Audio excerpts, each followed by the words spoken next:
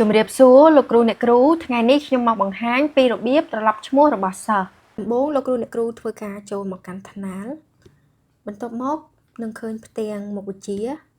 ហើយលោកគ្រូអ្នកគ្រូធ្វើការចូលទៅកាន់ profile ខ្ញុំចុចយក profile បន្ទាប់មកចូលទៅកាន់គ្រប់គ្រងសិស្សក្នុងនឹងមានសិស្សដែលគាត់មានឈ្មោះមុនហើយនាមតកូលគាត់ក្រោយ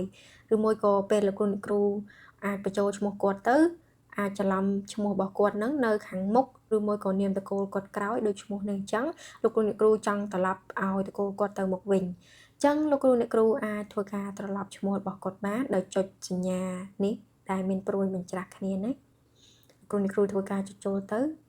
ឈ្មោះរបស់គាត់នឹងត្រឡប់មកជានាមតកូលរបស់គាត់ហើយនឹងឈ្មោះរបស់គាត់នៅខាងក្រោយផងដែរបើសិនជាលោកគ្រូអ្នកគ្រូចង់ចុចឲ្យឈ្មោះរបស់គាត់ទៅជាឈ្មោះរបស់គាត់មុនឬមួយក៏នាមតកូលគាត់ក្រោយអញ្ចឹងលោកគ្រូអ្នកគ្រូអាចចុចកន្លែងនេះដូចដើមបានចានេះគឺជាឈ្មោះរបស់គាត់ដែលបានត្រឡប់ហើយវីដេអូរបស់ខ្ញុំបានមកដល់ទីបញ្ចប់សូមអរគុណនិងជម្រាបលា